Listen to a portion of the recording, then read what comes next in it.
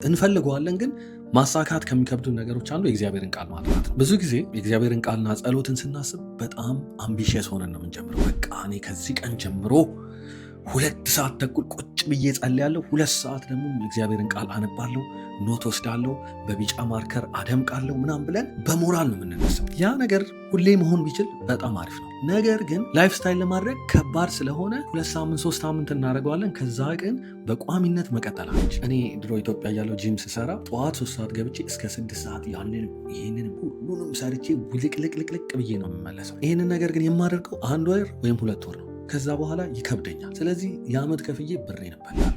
አሁን ግን ምን ተማርክ ብትሉኝ ጂም ሲሄድ 30 ደቂቃ እስከነ ሻወሩ 40-45 ደቂቃ ቆይቼ ነው የምወጣው። ይሄንን ግን እንደ ላይፍ ስታይል ሩቲን አድርጌ ለረጅም ጊዜ ማድረግ አይከብደኝ። መፍትሄው ምንድን ነው? በትንሹ ጀምሩ። ስታርት ስሞል።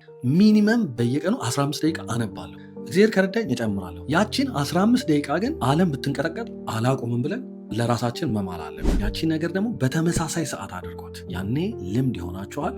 ያ ልምድ እያደገ ይመጣል ማለት ነው።